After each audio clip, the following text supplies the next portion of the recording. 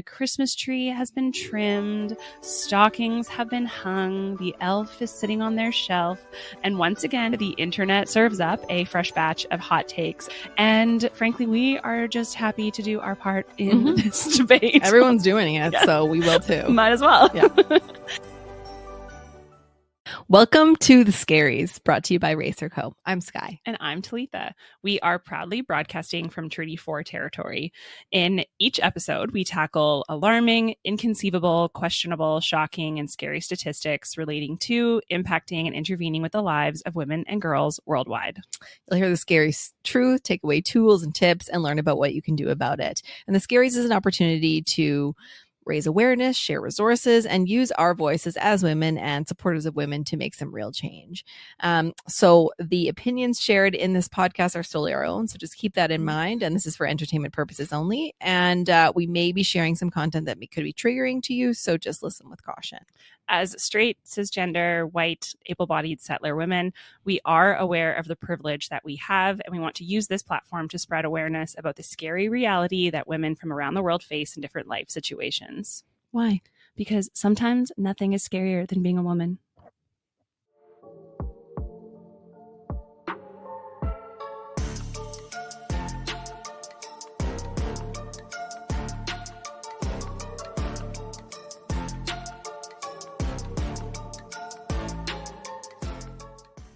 So the first few episodes of The Scary have dropped the very real and very scary statistics and the very real and scary realities that women currently face in the world. But since it's the holiday season, we wanted to have a little bit of fun while still dropping the scaries.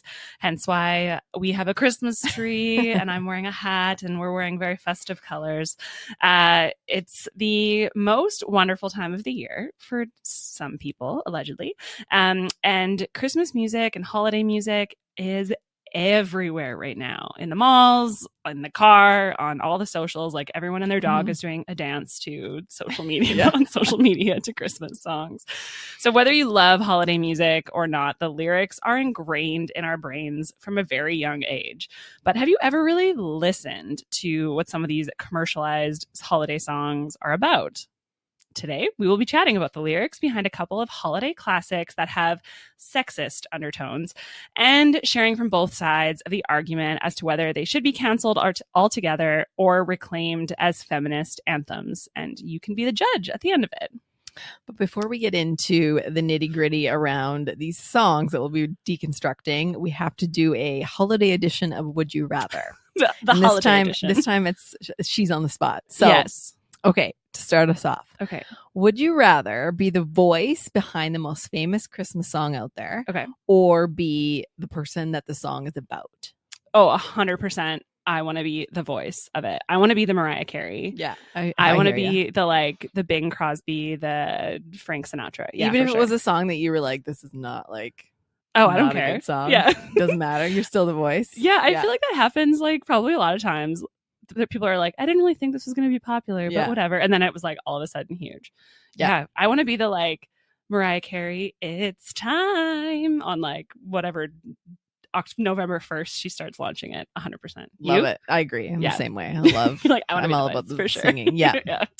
Okay, next one. Would you rather only hear Christmas music all year round or have no Christmas music ever and only like normal songs?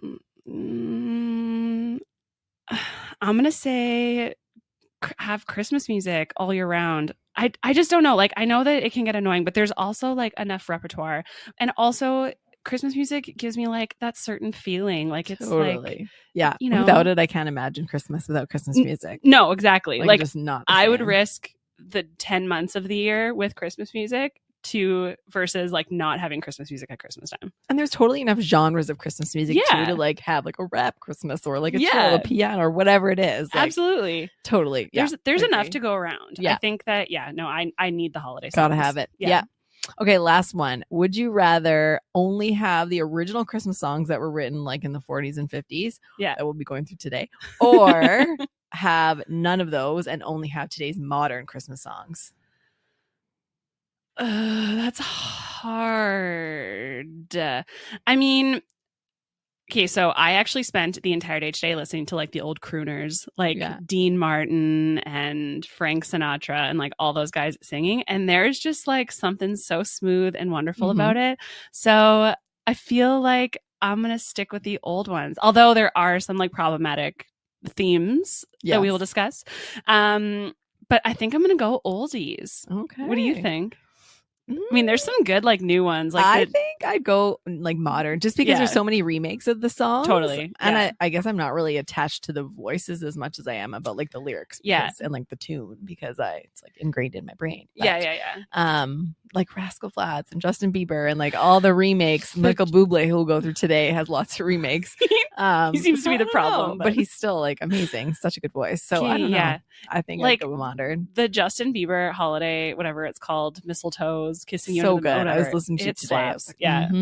It's a good one. No, that I mean, and I think that it's also just the terrible part about the Would You Rather is like I would pick all of them because I just all holiday music is the best. So good. Well, with exception. Exactly. Well, I'm the first to admit that I love Christmas music. I'm listening to it like starting November 1st or probably even October like 30th. Just I'm like, come on, speed up Halloween here. Let's get through this. But no, I love it. And there's just something comforting and nostalgic and just totally makes you feel that special cozy feeling. And it's like really a lot of what I love about Christmas is just the feeling of Christmas, right? Yeah. But then when you really think about, and I haven't really thought about it until now, and now that my toddlers and stuff are starting to sing it and I'm like listening to the words back, and there's something a little creepy about some of the lyrics when you think of, especially like the Santa, like I see you when you're sleeping and all those things. Yeah. Like, it's just a little bit off. The fact that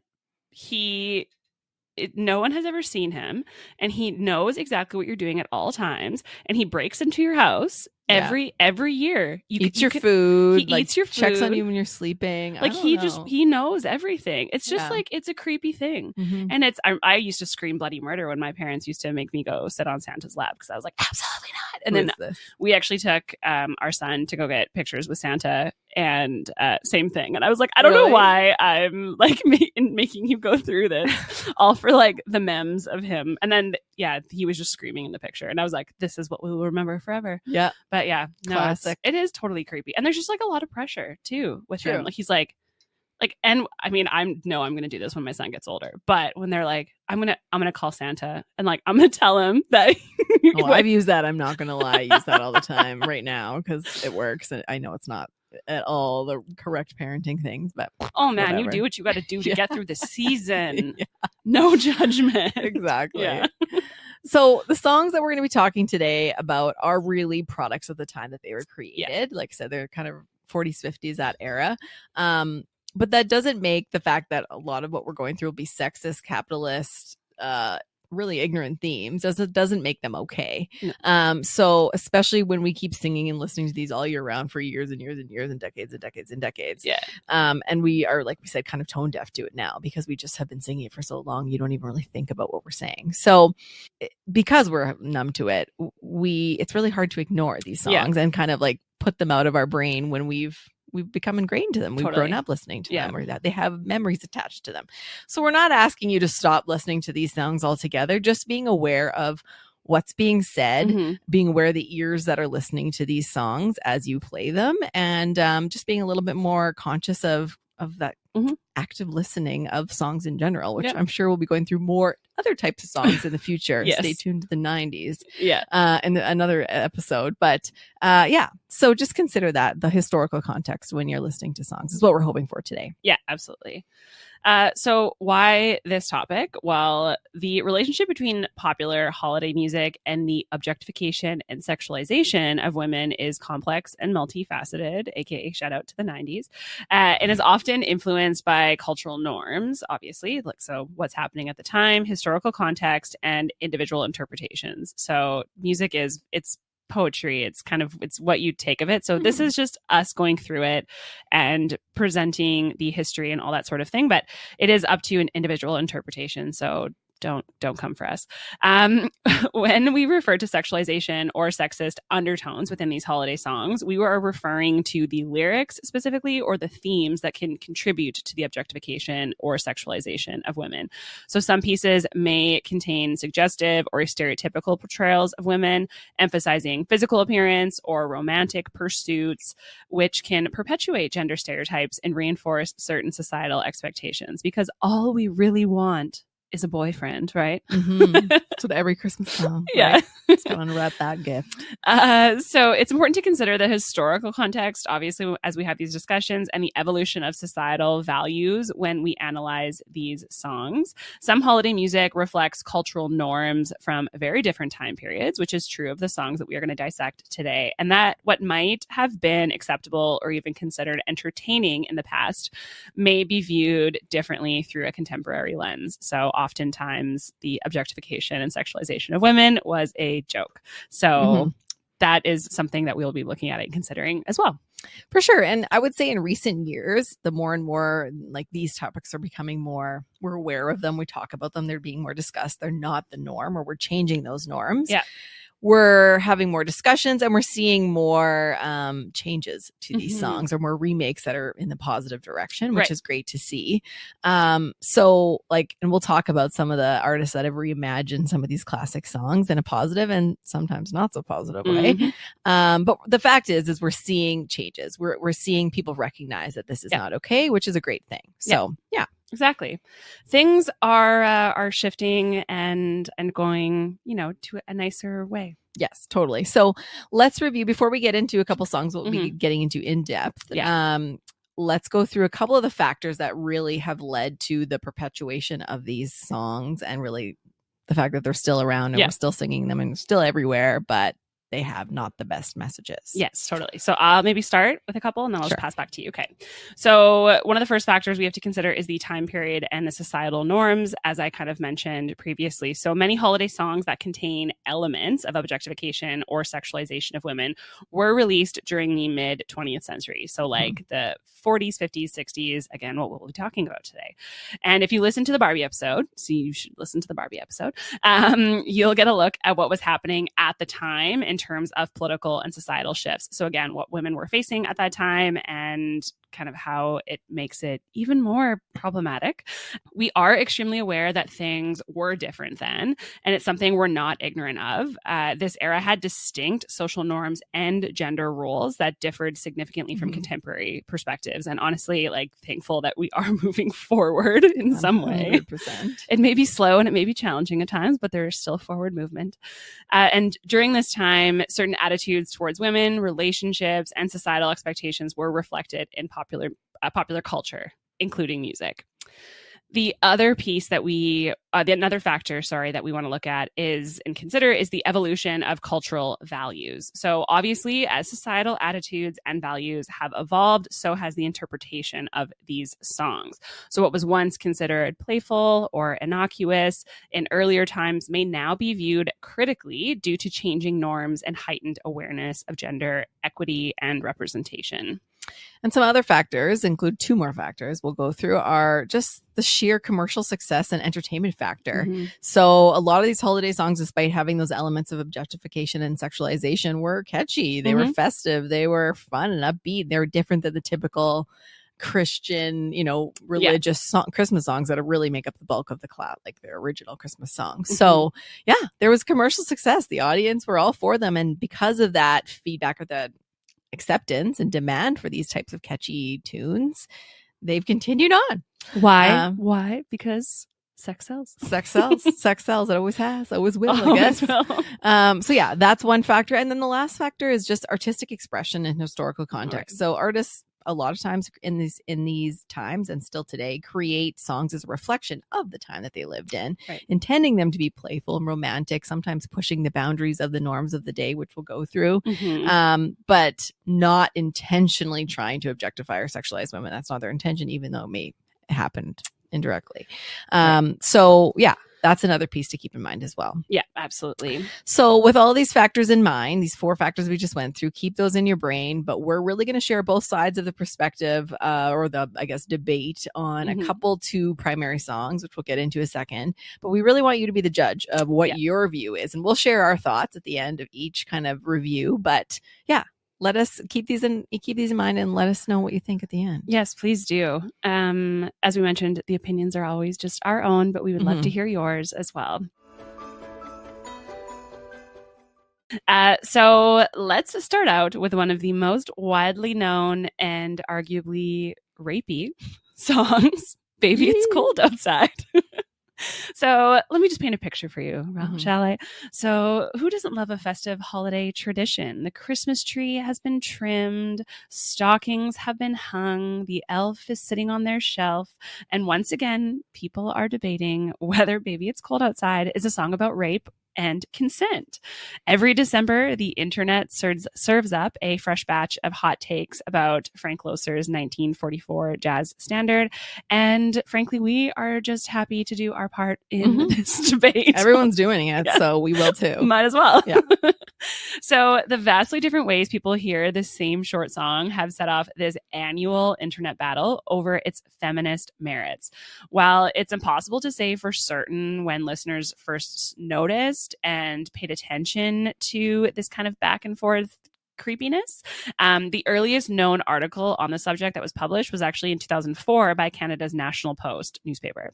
So according to the National Post, the article was meant to be a tongue-in-cheek, throwaway joke poking fun at the political correctness of the time, ending with the demand that all radio stations and malls stop playing this song. The article's points are, ironically, the same as those being argued in earnest now, though the shift didn't happen overnight. So that was 2004 was the first kind of original one. And now, obviously, some almost 20 years later, and we're still talking about it. So now for every think piece that's calling it a date rape anthem, there's a corresponding, oh, come on, take about how oversensitive social justice warriors are killing romance and seduction and taking the song's lyrics out of context. Let's be honest, there's always those. How many articles or debates that are just oversensitive? Yeah, snowflakes. Like, let it go. Yes. Everything. No. But anyway. Especially when it comes to, I think, like women's issues. Oh, 100%. Yeah. Or like sex and gender issues too. Yeah. The research on this one was very interesting, with people feeling like super strongly one way on one side of the spectrum, and obviously very strongly on the other side. So as Skye mentioned, I'm going to share a bit of both sides of the argument and then let you be the judge. And I mean, we will be also the judges at the end. But okay, so first about the song and its composer. So Frank Loesser, as I mentioned, originally wrote Baby It's Cold Outside in 1936, 1940, or maybe 1944. The internet had very varying opinions on its original date. But it is confirmed that it was written as a goof for himself and his wife to sing at a housewarming party while their guests were trying to leave. And then they just continued singing it at parties for the next few years. And it was then used in the 1949 musical Neptune's Daughter, which actually won it an Academy Award for the Best Original Song. Wow. Yeah. I actually don't know what Neptune's Daughter is about. I've never seen that. I know. I don't even I've know never what that heard of is, but maybe I should watch it. Sounds like a Christmas movie. If it isn't, I'd be surprised. But yeah, I don't know. I guess, why is this a Christmas song? It's actually not considered it. Yeah. So it's like considered a Christmas song Holiday, because they copped about like weather. Yeah. Like that's why it's considered a Christmas song. Interesting. But they actually never mention anything about like the stockings hung by or like the season. Yeah. Particularly. Or like, So it's just because it's about being cold outside. Anyways, okay, so first we are going to tackle, that was the history of it. Now we're going to tackle the side for who have called for this song to be removed from airways and outline some of the issues.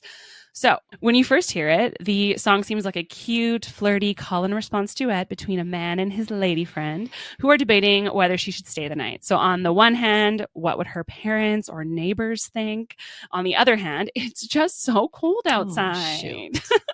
She didn't wear a hat or anything, I guess. The ending is ambiguous, but it's implied that she decides to stay after all, keeping them both warm on a cold winter's night. So this song has been called out in the past few years, as I mentioned, for its implications of rape culture and how it depicts, or the lack thereof, consent, especially with the rise of the Me Too movement. This argument finds the events of the song troubling, given our modern understanding of how sexual consent and sexual assault work. Regardless of what Lausser intended, it is, in this argument, is a lousy model for a romance that normalizes sexual coercion and date rape. And the date rape is primarily referring to the, like, what's in this drink portion of it. Fair. So the copious, have another drink. Yes. Like all the drinking. Yeah. A lot of drinking. Yeah. The coercion. So some look at the lyrics and see a woman trying to leave politely. And if that's the case, it becomes much more obvious why the man's behavior is a problem. Sure, maybe she'll end up staying because the man won't stop bothering her. And it seems easier to just give in at a certain point. Wow. Which I guess we all should just do, is just give in at a certain point. But just because she gives in doesn't mean that she really wanted it, or that she'll feel good about it afterwards. And whether or not she enjoys herself, or whether or not she feels violated or ashamed afterwards, the ends of how she feels about it later still don't justify the means of how he got her to stay. So again, like all those coercion kind of. Exactly. Have a little bit another drink and whatever. And just completely ignoring all of her reasons why she can't. Just changing the subject. But baby, it's cold outside. Yeah. So on the other side of this argument, we look at if we look at the text of the song, the woman gives plenty of indication that she wants to stay the night. So again, this is very interesting. Plenty of indication. Yeah. So during the late 1930s, when the song was originally written, good girls, quote unquote, especially young unmarried girls, did not spend the night at a man's house unsupervised. That was an absolute no-no. The song's tension then comes from her desire to stay and society's expectations that she should go. So this argument states that we can see this in the organization of the song. So from stopping by for a visit to then deciding to push the line to stay just a little bit longer to then wanting to spend the entire night, which is really just pushing the bounds of acceptability. Additionally, her bow and this repeated refrain, "But baby, it's cold outside," is allegedly offering her the excuses she needs to stay without guilt. So like if someone asks, she'll just be like, "Oh, but it was just so cold. Right. I could not possibly have left." Yes. So I got there somehow, but couldn't get home. Got so much colder. Yeah. Girlfriend obviously also doesn't live in Saskatchewan, where you just like don't leave in the first place. Exactly. So later in the song, she asks him for a comb, and this is assumingly to fix her hair. Why would you need a comb otherwise? And mentions that there's going to be talk tomorrow, which implied that this song is about sex. So the song is about sex, wanting it, having it, maybe having a long night of it by the fire, but it's not a song about rape, says this argument.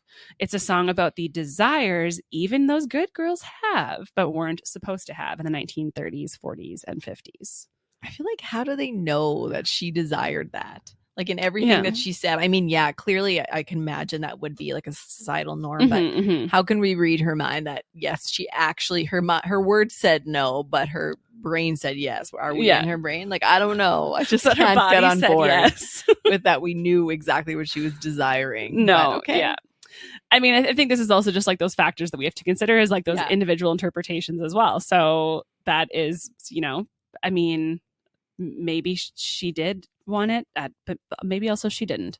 So this argument shares that the song should be and generally is understood to be a dialogue between two people who both very much want to get it on, but only one of whom, this in the song's period setting, has the freedom to explicitly say so.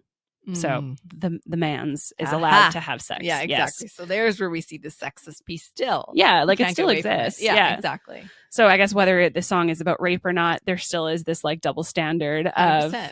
It's okay for him to stay out all night and do whatever he wants with the girls, but the women are completely, their reputation's shot if they do that. And that still exists today. Oh, 100%. Like, yeah. That's still such a double standard of like women who have multiple sexual partners or who have had like sex with more than one person is like they're a hoe. Oh, 100%. And men are like, you are conquering king. Yeah. Like, it's ridiculous.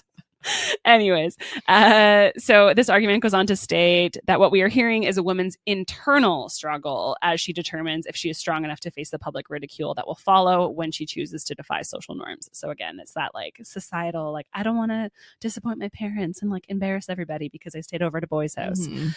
So regardless of what side of the argument you are on, the song is deeply filthy, of course, by 1949's standards. Mhm. And even today, it should never be sung at a holiday school choral concert. No. Which is why the video for the Michael Bublé and Idina Menzel version that was released in 2014 featuring kids lip syncing the lyrics. So weird. So creepy. Yes. We watched it before and it's just so weird. They're like dressed as adults and in like the 40s or 50s. Yeah, like, and they're like in a and hotel dancing, kind of, waltzing or- around. Like, it's so weird. It's just but, weird. like mouthing adult songs. Yeah. With, Like- to Michael Bublé and Idina Menzel. Like, it's just Yeah, so whether this song is about rape or coercion or just wanting sex, it's still about sex. yeah, Like, 100%. it's still about exactly. You can't that. deny that. So, So when children why sing are it, we- it's exactly. weird.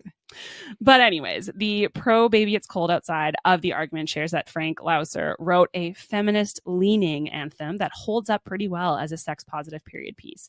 They share that the song has a lot to teach us about how society views women's sexuality. And this argument concludes by sharing that if you want to be outraged about what the song is actually about. Again, this double standard in regards to sex that women face and how nothing much has changed. Okay. So I get it now. I Yes. get that side. Yeah. So they're both basically not denying it's not sexist, but regardless, it's a sexist song. yeah, It's just a matter of like, is it a rape? yes. Or is it sexual assault? Or is it like the sexist undertones and double standards? Of, or like, maybe it's yeah. both. And I mean, yeah, it very well could be both. Yeah. Yeah. So which interpretation is right? Well, is Baby Cold Outside, as Sky mentioned, too problematic to enjoy with a clear conscience anymore? Or is just our perception of it the real problem? So the answer isn't actually straightforward. And it's also more about just this one Christmas song. The debate gets to the heart of a major culture war over sexual assault, consent, and that beautiful political correctness, quote unquote. These are political correctness in quotes. So one article I read during this research from the publication Vox actually broke down chunks of lyrics and annotated it from both perspectives. So this romantic side of like seeing it as a love song, and the rapey side, seeing it as like sexual coercion, Mhm. which gave a good indication how things can be interpreted differently from the exact same words. So at a certain point, dissecting and investigating the lyrics of a Christmas song starts to feel a little bit silly, although we love it and we're here for it. But if you like the song, you like it. If you don't, you don't. I get it. You don't need to yell at people on the internet about this. And Including don't yell at us, please. But here's the thing. Culture and consent matter. So every single day we express who we are and who we want to be through the books we read, the movies we watch, or the tunes we jam to. But here's the kicker. When someone says something that we enjoy isn't cool anymore, we tend to get like all riled up about it. And this is where that complaints about political correctness, quote unquote, can turn into serious grudges and create that like negative space and negative debates online. But the debate over this specific song is really about the deep anxieties our society is facing right now over how to deal with sexual consent, which I thought was like very on point. Oh, 100%. Yeah. Yes. So if you touch someone in a sexual way without their consent, you've committed sexual assault, sexual harassment, or rape. Point blank, period. Do not want to hear any arguments of the sort. And those are serious crimes. And they're still not taken as seriously as they should be. Sexual assault and harassment are common, but underreported. And conviction rates for rape are abysmally low. And you should listen to episode 1 for more related stats on those gender-based violence issues, wonderful things. So there are also folks out there who seem to be pretty worried about something pretty rare, which is false accusations of rape. So they're all caught up in this idea that if you could wreck a young man's life. Because of this, when survivors gather the courage to speak up, they still get hit with awful character attacks. And it's like some people side with the accused or just can't wrap their heads around how prevalent sexual assault truly is. It's been a long fight against those ideas that somehow blame the victim when it comes to rape. Despite all the effort over the years, those harmful thoughts still linger today. But one huge win in this battle is how far we've come to understand the absolute necessity of consent during intimacy. And we call it affirmative consent. And by we, I mean like as a society. This is not our definition. Not our term. We didn't create it. So affirmative consent. So I'm going to break it down. In a heterosexual context, like the one we were talking about in Baby It's Cold Outside, instead of just telling women to say no means no, the affirmative consent rationale is that men must get that yes means yes. So, and it's on us as a society to understand and practice this principle. So you can't just say like, if there was no response, then that was exactly. it. If there's reasons why, like in Baby It's Cold Outside, continuously why they cannot participate, and there's no explicit YES words coming out of their mouth, then it is not consent. Yes, exactly. Yeah. That is not that affirmative consent that we need. So given the historical and musical context that we talked about at the beginning, we won't be revoking your feminist card if you don't interpret the original Baby It's Cold Outside lyrics as a literal description of date rape. In 1944, affirmative consent wasn't even an option for the woman in the song. Like it did not exist. And so she should have had to protect her reputation by either playing hard to get or not allowing herself to be gotten at all, which again is that double standard. But look, every situation involving intimacy is all about context. It's about the bond between two people, how they vibe together, and what they're saying or not saying to each other. It's about whether both folks are crystal clear on wanting something to happen. Now, making a move or trying to seduce someone isn't automatically assault. Again, don't come for us. But if it's not wanted, then it crosses that line, and you need to maybe do some self-reflection. Totally. So, and if this song makes you feel uneasy, that's completely valid, because truth be told, in a slightly different situation, those exact lyrics in Baby It's Cold Outside could have easily turned into a pretty uncomfortable, pushy situation for the woman. And I mean, arguably, it did. I think it is. I think it, well, yeah, like it was awkward. Yeah. It's hard to hear even like listening now when you know what it means. And when you think about the context. Yeah. And the guy could have just shrugged it off later thinking he did nothing wrong. But here's the thing. The responsibility shouldn't just fall on her. Again, this is a two-way street to consenting adults. Consenting. It shouldn't be on him, only on him as well, to ensure that they're both comfortable. And we're just starting to figure this out as a society and how this plays out in our culture. And so, yeah, that's the Baby It's Cold Outside argument on both sides of it, with some additional like explanation of, regardless of whether you think it's rapey or not, the issues with it. Right, exactly. Yeah. So is it a rapey assault case song, or is it just double standard sexist song? Yeah. What do you think the verdict is? I think both. Yeah. But the line that gets it for me is, "What's in this drink?" Yeah. And the fact that she says that tells me that she doesn't feel safe. Yeah. And then that alone tells me that there's not consent. Like that is not consent. Also because she never says, "Yes, I'm going to stay" at the end or anything. Wait. Yeah. It's just continuous, like passing over her reasons why she can't stay and disregarding them and changing the subject and basically bulldozing his way into getting what he wants, which we don't know if he did, but sounds like he did. I think it's regardless, making her feel uncomfortable, and she's uncomfortable enough to say like, "What's in this drink? I don't feel safe. What are you doing?" Like, you know? So that to me is like a huge red flag. Yeah. Not cool.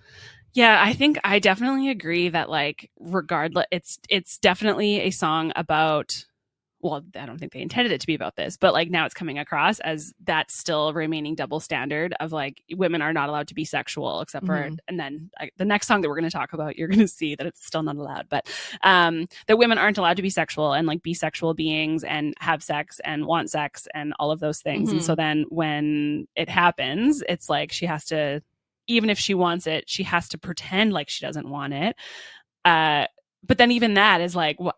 it still sends mixed signals and everything else. Totally. So it's like, it's problematic all the way Yeah. around. And it's just even worse now that we know the history of like, Yeah. it's like a couple, a husband and wife building this song Yeah. and playing it to make sure their guests don't go home. I mean, if I heard that song, I'd be like, let me leave you alone, like get a room.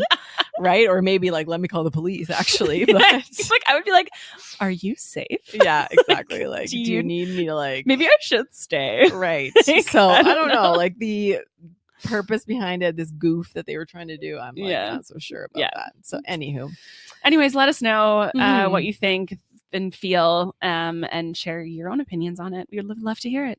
totally. All right. So without further ado, the next song we will be deconstructing and the last song that we'll be deconstructing today is one that's a little bit less overtly problematic, I would say, than Baby It's Cold Outside. This song, though, still has some interesting views and takes on it for both sides. And that song is Santa Baby. Ooh. So I don't know about you, but this song, just because of the way it's sung in like a breathy, like sultry voice, it's not a bad thing. But when I hear like children singing it or other people, like it just seems weird, a little creepy. Like it's just, ugh. So anyway, I just have to say that about this song. First off, any thoughts? No, I was gonna say, like, I think especially I was like especially when it's kids and they're like, and I can understand. I don't know if they necessarily like know what the baby part is, but, you know, like they think it's like, oh, like ooh, ooh, ah, ah. But when you're like I see children singing it, I'm like, this is wild. Yeah, This and ick- just even the what ick. it represents, like, and we'll get into that. Yeah, So let's get into it. Let's get into it. Okay, so the history of the song first. So back in 1953, the songwriter Philip Springer wrote the lyrics to Santa Baby in about 10 minutes inside his Manhattan apartment with the help of his partner, Joan Javits. However, he didn't believe the song would be a hit or consider it even being a song people would make them famous for decades to come. Like he had no clue. It was like a 10-minute, let's just see a little if this ditty sticks kind of thing. Yeah. So he was super skeptical about the music executives even liking the song or taking it all because he really felt that Christmas songs aren't supposed to be sexy. And especially with the woman who sang this song, who had a really sultry voice, and she was a Broadway star, Eartha Kitt. So this was in the Phil was in his late 20s, and he said, like, Eartha Kitt is the sexiest woman in the world. Like, you don't write songs that are sexy or for like sexy women to sing. Right. This is how's this going to work? And the publishers were just like, nope, stick to the music. Let us worry about whether the song is going to be sacrilegious or not. Cause this is back in the 30s, 40s, whenever, what did I say? 50s? 50s. Yeah. 50s. So 50s when, there wasn't a lot of Christmas songs, I imagine, that weren't just like the original Christian Christmas songs, right? Like Deck the Halls and like First Noel, chestnuts. Silent Night, and like all those songs. Like, so he was like full on scared, or just hadn't been done. So again, nobody had done everything this sexy, and especially with a woman talking about being a mistress, essentially, which is also probably a taboo thing to say. Oh yeah. So it's a coyly crass message, and the way it blithely revels in the season's greediness sets it apart from the usual Christmas standards. So again, we're just getting very materialistic in what she's asking for, but everybody loved it. The publishers loved it. It was catchy. It was festive. It was fun. It was a little like naughty and a little risque and spicy. So it's sold. Again, sex sells. Sex sells. I was gonna say, I feel like that's probably that's why, honestly, everything that gets so popular lately is because it's like it pushes the bounds of like what's acceptable in society. Yep. So exactly. So, and the year it came out, it was the top selling Christmas song of the year. Oh, so make that money, Eartha. There you go. So some points against the song for why people aren't proud of it or happy about it. So this was crowned the most disliked song in 2022. Don't know why exactly, but it was disliked last year. And a survey from 2019 showed that it was the least loved Christmas song, perhaps because studies show, again, money, materialism to be one of the most uncomfortable topics to talk about. So again, don't like the song for those reasons. And we're still talking about it 70 years later. So people still just don't like it. So what could be offensive about it, though? We talk about materialism, but what's really offensive? So an article states that the singer uses her sexuality to get lavish things like a 54 convertible, a yacht, and money. And Santa's positioned as a sugar daddy type to provide her with what she wants because she's been good this year. Think of all the fun I've missed. Think of all the fellas that I haven't kissed.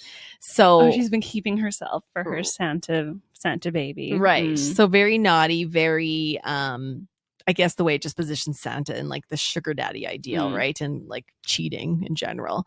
So one remake in particular standards that stands out to me though in this situation is the Michael Bublé, another version from him. And he totally disregards Santa Baby and he renames it Santa Buddy and Santa Pally. It's like Michael Bublé just keeps making things weird at Christmas. It doesn't really do any changes though. Like, yes, you're not using the words baby and whatever, but it doesn't change any of the offensive pieces or any of like the real meaning of the song. It's just like in different words.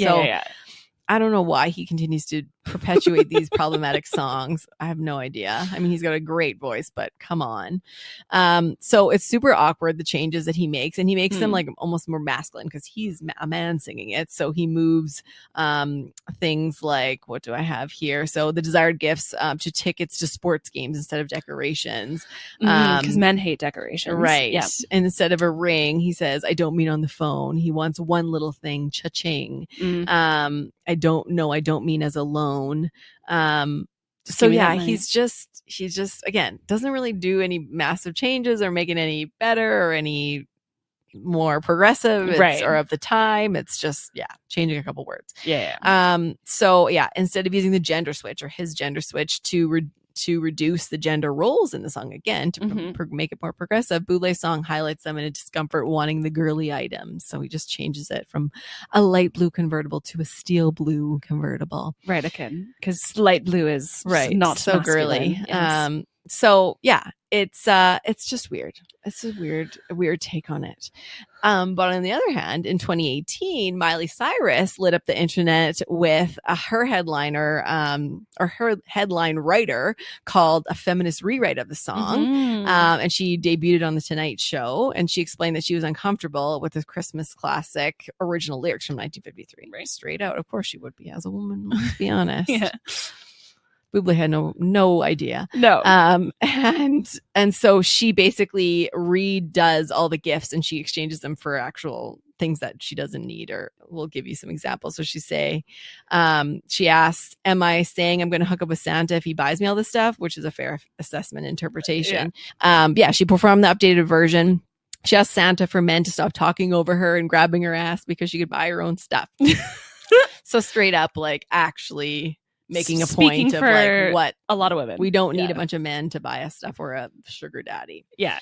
So that's the negatives on the song. I saw that actually. I remember when it came out and I saw it on every news type thing that I like consume. And it was like, she made this huge headline because of all those things. Like, I think it's Jimmy Fallon and like, I want to say like Mark Ronson or something, but Miley is just like, also just like so confident and like everything else. And so she's like, I don't need any of these things. Like, stop talking over me. Like, I got my own money. I don't need you to buy me these things. Totally. Yeah. So super good. Definitely recommend checking out. So again, pros the song. On the other side of the coin, when chatting about that, some people actually believe this is a feminist anthem, which I think was similar to the pros of the other song too. So one article we looked at shared that where most of the Christmas songs from the 50s are steeped in conformity, Eartha Kitt's Santa Baby is wild, erotic, and thoroughly subversive. So while it might on the surface sound like a little ditty about wanting presents from a magical gift-giving, age-defying man, Santa Baby also plays around with the sexual politics of the age. While squeezing the Santa for all he's worth, the lyrics also suggest that the singer refuses to play the housewife, hinting at her sexual desires for other men in lines like, think of all the fun I've missed, think of all the fellas I haven't kissed. So yeah, like she's almost saying like, screw the typical norm of I'm scared, like in the Baby's Cold Outside topic or a debate about I'm scared of being seen like a whore or whatever. I'm just, who cares? Like I'm doing what I do and I don't have to apologize for that. Yeah. So, which I feel like is good for commendable. You. For not caring. I mean, we could all have a dose of that and be better off, I think. Yeah. But, so yeah, very interesting there. And what's also funny is that the man in question in this, like the Santa baby, isn't really ever given the opportunity to speak for himself. Mm-hmm. So instead, he becomes the plaything of the singer's character. And in that sense, she can be regarded as a powerful subversion of the 50s gender stereotypes. So again, she's the one really doing most of the talking versus I would feel like the guy does more of the talking in the Baby It's Cold Outside, right? Yeah. Or more like talking over. Yeah, talking over. That's a very good point. Right. So the feminist publication Miss Magazine included Santa Baby on its list of the top 10 feminist Christmas songs in 2020. Wow. 2020. Noting that Eartha Kitt was ahead of her time because when it came to sex positivity during the 50s and 60s, embracing her persona as a gold digger who renders men into helpless little boys was her sexual power. So good for her. So the question becomes, is this song a feminist anthem that takes control of our sexuality and power? Or should we rather be blasting Miley's version of it that truly does that, I would say, in her words that she uses? Yeah. What do you think? Who can be the judge? I think like the last piece that you just said about like, it's like Eartha Kitt's original is embracing her sexual power. I can see the validity and like in that, and appreciate the fact that unlike Baby It's Cold Outside, this is so different, and it is so like, I don't care what you think about me and whatever else. However, I mean, and I think it's also like we talked about those factors, like the time and like the historical context and all those things. I would still prefer to blast Miley's version of empowerment. I hear you. Yeah. But honestly, I don't feel offended per se by this song. No. It's not the worst thing in the world. Like, I don't think it sets women back in a per se. So yeah, I don't really have any like super strong feelings on this one, but I do like the idea of like, we don't need a man, like doesn't need to be Santa to buy us these things. Like you could do it by yourself. But in this case, it almost feels like she doesn't want to. She's just like, he'll do it for me. Why do I bother? Yeah. Which also I'm like, get it, girl. Yeah. I mean, like if that's what makes you happy and brings you joy, then like do it. Yeah. I mean, Santa, he buys everybody's stuff. Why shouldn't you just get the nice pile things it on your list? So anyway, interesting. Okay, so as we mentioned, we were going to talk about only those two specific songs, because otherwise I think we would be here for like centuries talking about all these things. So if you do have any other ones, please share them with us and we can, start a conversation about those. But these songs aren't just on the radio. Like they're not just, things that you turn on when you're listening in the car or whatever. We heard them in ads, we hear them in TV and movies and social media, as I mentioned. And more recently, we're actually seeing pop culture poke fun and bring awareness to these sexist undertones. Yes. So there's actually a few different TV shows and movies that have incorporated these songs or song moments and that almost like poke fun or bring awareness to the fact that they sexualize and objectify women. So one example is a Netflix holiday movie called Love Hard. I believe it's still on Netflix if you want to check it out this season. And it's a recent movie. And so it features the song Baby It's Cold Outside, but it's reimagined with revised lyrics to reflect a more consensual and modern interpretation of the classic song. So in the movie, Nina Dobrev's character refuses to sing the song because of the obvious problematic issues with it. Yeah. So her faux beau in the movie updates the lyrics. And the updated lyrics emphasize mutual agreement and respect between the characters, ensuring that both parties are comfortable and willing to stay together despite the cold weather. Great. That's nice. The revised lyrics aim to portray a more balanced and respectful interaction between the characters, aligning with contemporary views on consent and communication in romantic relationships. Another example in the TV show is the TV show Community in their season 3 Christmas episode titled Regional Holiday Music. And in this episode, Annie Edison sings to Jeff Winger a parody about the sexualization of women in holiday songs called Teach Me How to Understand Christmas. So this isn't specifically Baby One More Time. Baby It's Cold Outside, another song for another discussion. I think it's not that song. It's like a parody of just all the songs. Well, I think it's supposed to be like a satirization of like Santa Baby. Yeah. And because she's like, she's kind of like, because I literally watched this last night, and she's like Betty Boop type character. Yeah. Oh yeah, I forgot about Betty Boop. We should review her. We should. Yeah. I honestly, actually watching that, I was like, this reminds me of Betty Boop. And then, who is that? We should look into her. Totally. Where'd she come from? Yep. But anyway, some of the lyrics of this like or satire version of Santa Baby are: snowmen are cold or hot. Won't you be my daddy? I'm a silly Christmas baby. Tell me what to deck because I forgot. And finishes with you smotty, me dumb, help Pwetty have fun. Boop boop a doop sex. So yeah, like definitely a Betty Boop just playing dumb kind of don't know what's happening typical. Yeah. And like in the, again, just because I watched this last night, she like just progressively gets like dumber as the song goes on, and like she's like a woman and then like ages down to almost a baby, and it's very weird. Yeah. Teach me how to understand Christmas. Yeah. Interesting. It's very funny. Yeah. So that episode is very good. I recommend watching it for everybody. There's lots of songs. The Community. Check that out. So the lyrics obviously showcase the awareness of over-sexualization and superficiality that they're present in holiday music, specifically around women. And the song challenges the common themes of romance, materialism, gender stereotypes often found in holiday tunes we just discussed. And like, have you ever listened? There's a lot of these songs that are sung by women. Like even Mariah's All I Want for Christmas is basically you, a man. So it's just always women pining for these men or for these things, right? Like, I don't know. It's never just like, I just want to like have my rights. Right. Like, I just want body autonomy. It's like, or I just want to enjoy a quiet Christmas for myself and relax. Anyway. Interesting. So yeah, that the song really challenges the common themes of romance and materialism, like I said, and it just makes a point in general about the nature of these themes that we're seeing over and over and over again. Yeah. And I think, again, it's like funny to laugh at it because if you don't laugh, you cry, as we always say. But yeah, thank you for those examples. I think that using satire and altered lyrics or even just like context within this story to comment on societal issues like the sexualization and objectification of women in holiday songs, and addressing those themes of consumerism and societal pressures and gender expectations during the holiday season is a good way to just like top off the season and again laugh. It's a good discussion topic table discussion starter at your Christmas dinner. Start it. Have you ever thought about that song? Ask your grandparents, honestly. I would love to hear. What do you think this is about? Okay, so what are we going to do about this? What can we do about this, right? I mean, so above and beyond just making fun, poking fun, and, you know, remaking the songs, what can we as individuals, as civilians do about these songs? And the recommendations are similar to any kind of action or advocacy around any other type of issue. And it boils down to a combination of things that we need to do individually, as a community, just systematic cultural shifts. So here are some things that you can do specifically.